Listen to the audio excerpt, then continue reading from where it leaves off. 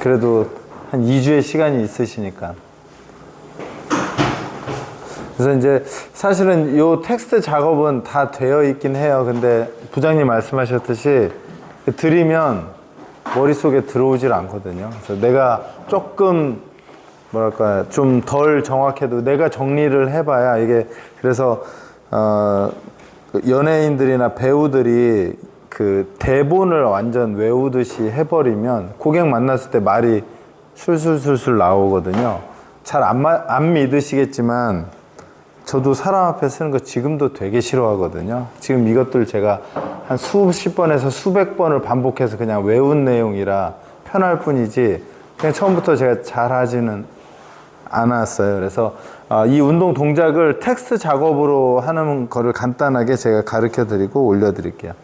운동은 억제, 신장, 활성화 기법, 그 다음에 통합 기법은 지금은 안 하고 저 앞에 단만 하도록 할게요. 그래서 폼롤러는 이렇게 되어 있어요.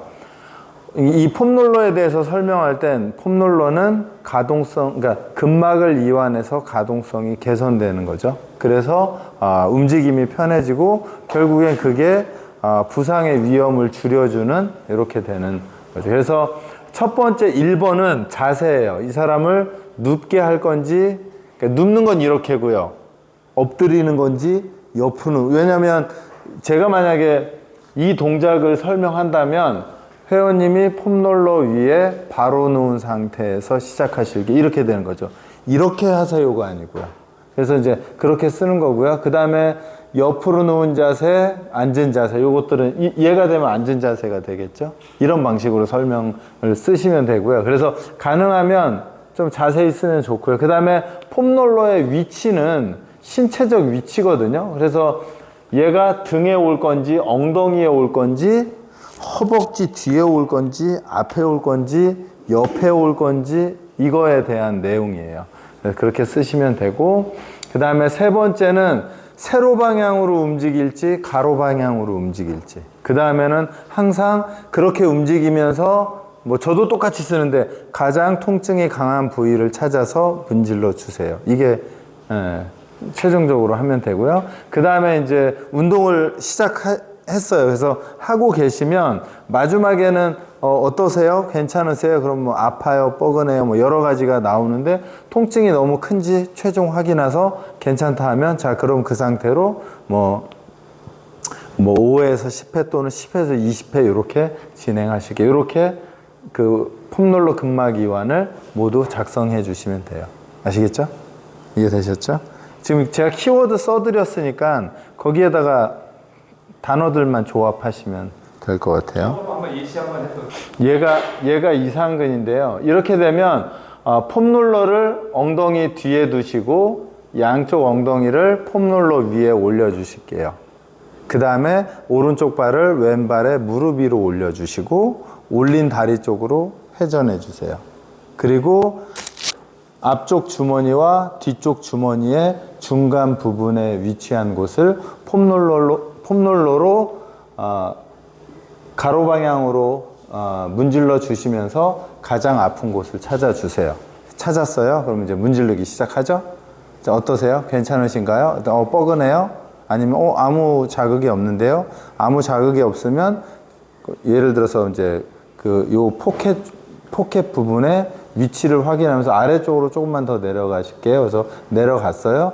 자극이 오기 시작했는데 네, 맞습니다. 거기를 20번 가볍게 문질러 주실게요. 이런 식으로 하게 되죠. 자, 스트레칭은 신장인데요. 마찬가지로 아까 말한 폼롤러를 한 부분에 가동성을 개선하기 위해서 스트레칭을 하는 거죠. 그래서 이제 만약에 이상근 스트레칭을 한다면 요거 바로 올려드릴게요. 자료는. 그래서 마찬가지로 첫 번째 자세는 누울 건지 엎드릴 건지 그 포지션이에요. 그래서 그 위치에 따라서 동작을 하고요. 그래서 두 번째는 이제 스트레칭 시에 늘어나는 건데요. 예를 들면 만약에 제가 이상근을 폼롤러하고 얘를 스트레칭하면 어디가 늘어나야 되죠? 여기가 늘어나죠. 그죠? 그렇지 않아요? 그죠? 제가 폼롤러를 여기를 했어요. 그래서 스트레칭을 이렇게 했어요. 그럼 어디가 늘어나야 돼요? 여기가 늘어나요. 그래서 폼롤러를 문지른 곳이 타켓이에요. 스트레칭까지는. 그래서 이렇게 늘려주면 어디가 늘어나는지 한번 확인하고 그 늘어나는 위치가 해부학적으로 몰라도 여기가 늘어나셔야 돼요. 그죠? 여기가 늘어나셔야 돼요. 이렇게 되는 거예요. 만약에 햄스트링을 했다면 여기가 늘어나셔야 돼요. 이렇게 되는 거죠. 그래서 내가 알고 있고 이분한테 확인했을 때 그분이 그곳을 딱 지정하면 오케이. 네, 거기를 스트레칭 할게요. 이렇게 되는 거죠. 그 다음에 스트레칭 자세는 10초에서 시작해서 40초까지 가는데 길어진다는 건 그분이 내성이 많이 생긴 거예요. 강도가 높아진다는 뜻이거든요. 그래서 그렇게 하고요. 그 다음에 이제 처음에는 호흡을 하라고, 그러니까 통증을 확인하고요. 이게 통증인지 늘어나는 느낌인지 그 두 가지 구분하시고, 그 다음에 호흡을 뱉는 걸 설명드리는데 분명히 하다 보면 다시 호흡이 잠겨요. 그러면 호흡 뱉어주세요. 이 호흡 뱉어주세요는 그 주로 스트레칭 할 때 힘 빼세요에 더 좋은 말이에요. 힘 빼세요는 힘이 안 빠져요. 호흡을 하면 힘이 빠지거든요. 그렇게 생각하시면 되고, 그래서 호흡이 멈춰지는 건 둘 중에 하나예요. 그분이 아프거나 동작이 잘 안 되거나.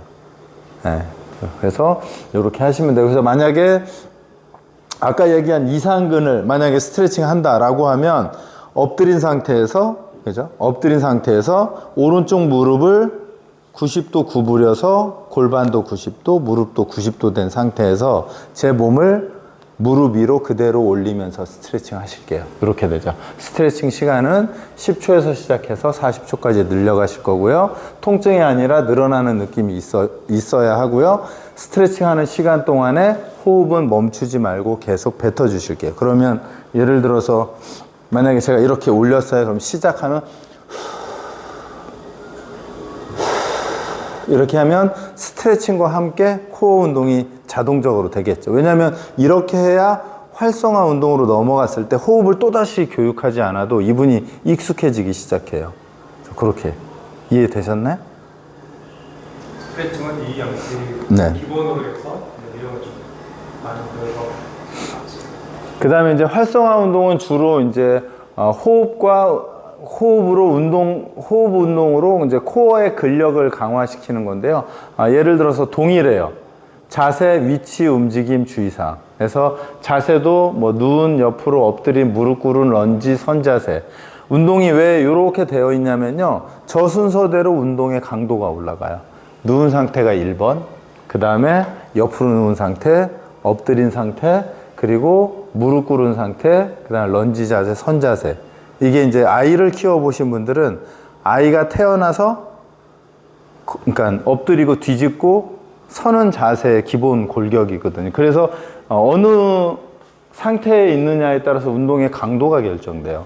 여기는 주로 초급이고요. 여기가 중급이고 여기가 상급이 되는 거예요. 그래서 이 패턴으로만 이 사람이 지금 운동 능력이 어느 수준에 올라와 있다를 저걸로도 알 수 있어요.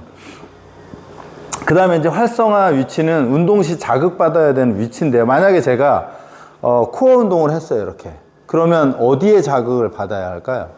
크런치류를 했어요. 어디? 여기요. 그렇죠? 여기겠죠? 근데 선생님 저 허리가 아픈데요. 그럼 어떻게 해요? 스탑. 우리가 원하는 위치가 아니잖아요. 그죠? 그걸 말하는 거예요. 그래서 여러분들이 운동들을 하나하나씩 해보면서 이게 아마 여러분도 잘 안 될 거예요. 내가 복부 운동을 하는데 자꾸 막 등이나 허리 딴 데로 힘이 가는 경우가 있거든요. 그래서 자극받아야 되는 위치를 확인하시고, 그 다음에는 이제 움직일 때 이제 척추의 중립을 잡은 상태에서 운동을 한다. 이게 무슨 말이냐면 저희 처음에 검사한 거 있죠. 정적인 그 검사. 측면에서 봤을 때 예를 들어서 제가 이렇게 숙여요. 그러면 얘만 움직이니까 다리와 상체는 중립 상태를 그대로 유지하고 움직이는 거예요. 이렇게 움직이면 땡. 이해되시죠? 그래서 첫 번째 자세 검사할 때 옆으로, 그 다음에 앞으로 움직이는 건 만약에 제가 이렇게 움직이면 수직선상에서 이렇게가 아니고 정확히 직선에서 움직이게 하는 거죠. 그래서 그걸 중립이라고 저희는 하거든요. 어떠한 동작을 하더라도 중립 상태를 깨지 않는다. 그걸 깨지 않아야 내가 원하는 근육이 운동이 되기 시작하거든요. 마찬가지로 통증이 생기거나 불편함이 생기거나 원하지 않는 운동 부위가 운동이 되면 중단이에요. 예를 들어 대표적인 게 코어인데요. 우리 버드독 이렇게 아까 하셨죠? 했는데 허리가 아프네? 스탑. 그러니까 반복 횟수를 10번, 15번 정했지만 내가 원래 운동되는 부위가 여기였는데 하다 보니 점점 좀 뒤로 넘어가요. 스톱. 그게 그분의 한계치인 거예요. 근력의 한계치인 거예요. 또는 팔 운동을 이렇게 했어요. 그럼 여기가 운동이 되거든요. 그럼 처음 이렇게 하다가 7개 했더니 여기가 뭉쳐지기 시작해요. 그죠? 그럼 스톱이에요. 이게 우리가 전문 용어로는 보상작용. 얘가 힘이 없으니까 다른 근육을 가져다 써갖고 보상작용을 일으키는 거거든요. 그래서 그렇게 정리를 해주시면 돼요.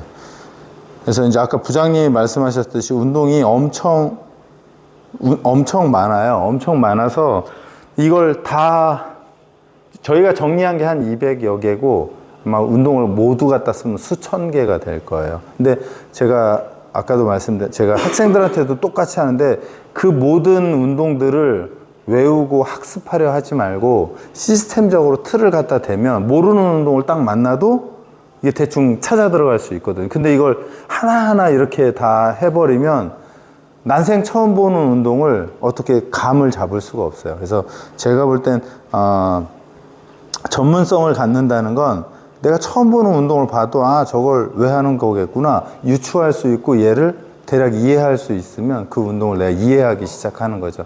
그래서 많이 해보시면서 이런 방식으로 정리를 좀 해주시면 좋을 것 같아요. 활성화 이거는